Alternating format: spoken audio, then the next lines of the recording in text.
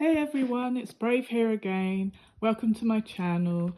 I hope everyone in the world is having a great day or night wherever you are. God bless you all, and I hope you're all safe and sound. So I just wanted to do a quick chat about why is it that people are doing fake acts of charity in order to get social media attention. So basically what I'm talking about, and this is something I've noticed even in people I've known, like I don't know them closely, but like people I work with or people I volunteer with, because I do a lot of charity work and volunteering, helping the homeless, feeding the homeless, you know, supporting people who have gone through domestic and sexual violence and abuse and stuff. And one thing that really disgusted me was the way how some people, they come and join, to volunteer, and they're like, can I take photos of the people I give the food to? And we're like, well, you have to ask their permission. Don't just start filming people who are at their lowest point, because we're not here to embarrass anyone. You're here to help. You're not here to use them for clout on social media. Like, why are you here? That means you're only volunteering to make yourself look good, just for show on your stupid social media. So that question in itself kind of surprises me and makes me look at you sideways, like, what is your intention here? Do you actually care about people who are starving or haven't got enough food or money or shelter? Or are you just here because you ran out of things to blog about or put on your stupid Facebook or YouTube channel or whatever you do? And it's weird because if you're not naturally a kind and caring person, then, like, are you just a selfish person who's putting on a mask, like a sheep in wolf's clothing? It seems like, what benefit do you get out of it apart from faking it for attention? If you genuinely have no desire to help others, your motives are suspect, because even though some people just want to, I don't know, document everything in their life, like, hey, this is what I did, hey, this is the volunteering I did, but it's the fact that you're not just taking a photo of you and saying, oh, today I went and helped the homeless, it felt really good. You're wanting a picture of you handing the sandwich to the homeless person, and you want the homeless person in the picture looking so grateful to you, and I find that odd. I find that creepy. Like, why would you think that someone who's going through the worst time of their life would want to have that documented? Do you know what I mean? Like, because they're human beings too. You have to think, if you were in their position, would you want a camera in your face? Would you want a photo of you, if you, especially if you're homeless on the streets and you're not having a regular shower, you're not looking your best, and yet these people who are in expensive coats, expensive clothes, they've got a home, they've got a job, they're secure, but it's like you're getting, I don't know, like, to me, you're getting clout off this poor person's pain in a way. Like, it's really creepy to me. And I don't know why attention seems like a drug for some people. Some people have to have an audience, they have to have attention. I've seen it so many times, especially people with narcissistic personality disorder. My mother, oh my God, she's such a sick, sadistic, malignant narcissist that every time we would go anywhere that's crowded, like a restaurant or a bar or a pub, whatever. Because in England, a lot of the pubs are more like a restaurant that sells alcohol, so most people go there for food, or there's a lot of meal deals and the food's decent enough, so people go there. And even if they're not heavy drinkers or anything, most of the drinkers will be at the bar side, and most of the diners will be, on the other side. But yeah, it's really strange to me how people are just like, sorry, I was talking about my mum, wasn't I? I lost my own train of thought. Yeah, sorry, I was thinking back to how when I would be out with her, like, me and my fiance would take her out to dinner or take her to the theatre, because in London there's a lot of theatres, a bit like how in America they got Broadway, lots of theatres. We have a lot of theatres. And so I'd take her to the Lion King for her birthday, or I'd take her out to a restaurant, or you know, take her to the pub because she enjoyed it or whatever. And she would always be looking past you. You'd be talking to her, asking her about her life. Is she okay? How's your health? Do you need anything? Do you need more money? Do you need this? Do you need that? Because I'm such a kind, you know, soul that I'm always helping everyone. It wasn't just like, because she's an abusive, horrible person. She was a terrible mother, a sick, violent monster. But yet I always helped her. You know, I tried to put it behind us, even though I never forgave her for what she did, because it was out of line and disgusting abuse. But because I'm a good person, not because she deserved it, that's why I kept helping her when she had health problems or, you know, money problems or was going to be made homeless. I always put it right and fixed everything. You know, she didn't even have to ask me. I just saw something was wrong and I swooped in and rescued her, even though the person didn't deserve it, because she was a disgusting, abusive narc. And she would always lie about me and say I never supported her, which was astonishing. And people used to say, are you crazy? Brave is the only one who helps you. You're so lucky she's your daughter. You don't deserve her. She's done nothing but help you, and you've been nothing but a monster to her, a terrible mum. Like, how dare you try and convince people she's not a good person? And this is the people she's trying to convince. Like, these are people who know me. She's trying to lie about me too. What an idiot. Yeah, so yeah, you'd see her looking past you, you'd be talking to her, and usually it's good manners and good etiquette to look in someone's eyes when they're looking at you, even if you don't stare like a serial killer intently without blinking. Without blinking, just like pupils all dilated. Like, we don't want none of that. But it would be polite for you to just glance at me, nod your head, acknowledge that I'm talking to you and you're hearing me and you're listening, you know. And she would be looking past you and with this deranged Joker smile on her fucking face, trying to catch the eye of every single person who went by. Didn't matter who it was, black, white, old, young, you know, man, woman, child. Like, so ridiculous. And I'd be like, who are you looking at? Did you see someone you know? Oh no. I'd be like, so who are you smiling at?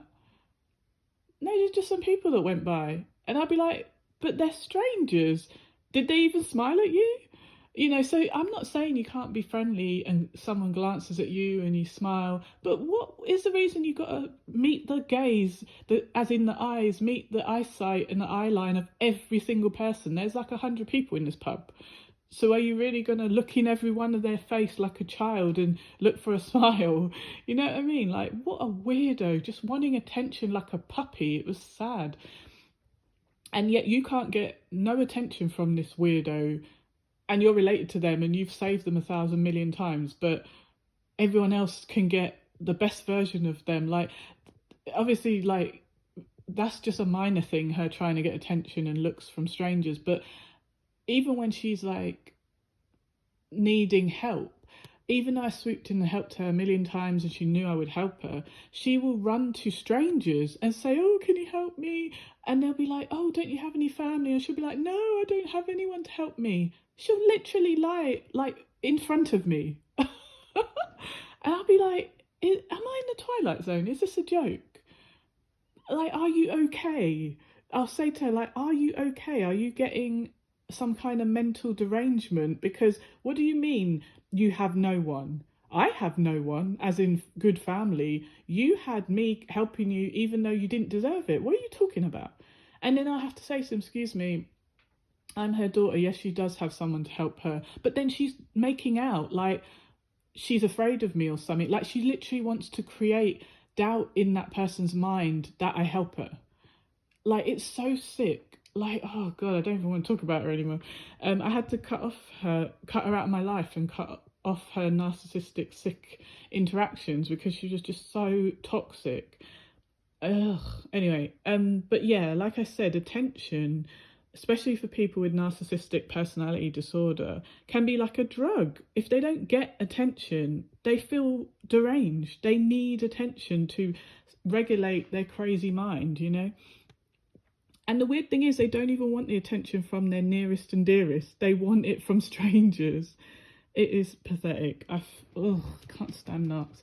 But what I was saying is that you know, people who genuinely care about others care about their feelings, other people's feelings. So, you know, trying to shove a camera in someone's face just because you helped them when they were down and out is really inappropriate. People shouldn't do it. It shows a lack of caring, empathy, and just common sense. Like, think about if you were homeless, how would you feel? You know, you would be depressed and sad and in despair. The last thing you want to do is wonder, oh, where's this photo going? You know, why am I, why, you know, because a person might feel obligated to let you film them because you're helping them. So you kind of are coercing them, you know, like, well, I gave you a sandwich, you had nothing a minute ago, and now I'm feeding you. I'll come back tomorrow and feed you if you let me film you. You know, it's that kind of creepy thing, you know. It's weird. It's like pushing people to do favors for you, manipulating them, you know what I mean? So yeah, don't put people through more stress in the worst time of their life, you know, to pose for stupid pictures for your gratification, to get attention off your social media platforms, because it just looks like you only bought the food in order to you know, to put it on your stupid social media to get attention for yourself, because you have an addiction to attention, you know. So it's very sad. So people need to stop faking humility and kindness and just be humble and kind. And if you're not, then you need to work on why you're not humble and kind. Do you have do you have narcissistic personality disorder, bipolar disorder, borderline disorder? Do you have something wrong? Even people might even have a touch of autism and be on the spectrum somewhere. And I'm not taking a mick out of anyone, I'm being genuine. If you can't recognize social cues and you don't understand how to behave appropriately in certain situations, you may have a bit of autism. You don't know. You should go and get some kind of, you know, you should check yourself, you know, because it is, you know, I mean, to me, like, this world, the way it is now, the generations after me, they're so empty, they're so soulless and dead in the eyes, they're so shallow. I thought people were shallow when I went to school and was young, you know, but the people now are just like, they can't even hold a conversation. They don't even know, they don't even have basic manners. They don't even know to look you in the eye when you're talking to them. They don't even know how to, you know, keep a conversation going with intelligent responses or anything. It's kind of weird, like, because I didn't need to be taught how to do any of these things. I just naturally knew how to behave with etiquette and manners and respect and caring about people. So I must be some weird exception to compared to everyone else, because I just knew these things. So I'm so surprised when people don't know how to behave in public. They're being loud and attention seeking or disrespectful, or, you know, bothering strangers negatively. I find it really peculiar. So yeah, it's, I don't know, some people are just naturally kind and caring and respectful, and some people are just, you got to force them to behave, and it's so weird. But yeah, like I said, people need to look closely at their motives behind why they feel they need to use other people to garner attention for them, you know. Even like when you think of like political campaigns, and you see how one party, you know, one side of the political groups, they'll see a group of people who they wouldn't normally hang around with, or they're not interested in helping that group of people, but they see it's a load of people who might not vote for them, but they want the votes, they need the votes to get in power. So they will pretend that, you know, like, they'll pander to them, they'll pretend that, yeah, I have your best interest at heart, yeah, I want to help, you know, your particular people and your, with all your problems, blah blah blah. And just like a narcissist, they will convince you, they will, you know, offer you a future fake and say, you know, this is what you can get from me in the future. If you just stick around, stay with me, help me, vote for me, do everything I'm telling you now, you will win in the future. Get it? So that's how narcs kind of trick people into their shared fantasy, their fake world. And then it's really a world of nightmare. It's not a good fantasy. But you don't know that because they love bomb you, as it were, and tell you, you're so beautiful, you're amazing, I love you. And you're thinking, bit strange, you just met me, met me last week. But then if you're a broken person or someone who hasn't heard that a lot and you really want to believe this person because they're putting on such a good show, you know, they're like, oh wow, you know, I never felt this way before, and it must be love at first sight, we're soulmates, we're meant to be, you know. And like I said, if you're not a person who had, you know, loads of loving family, strong friends,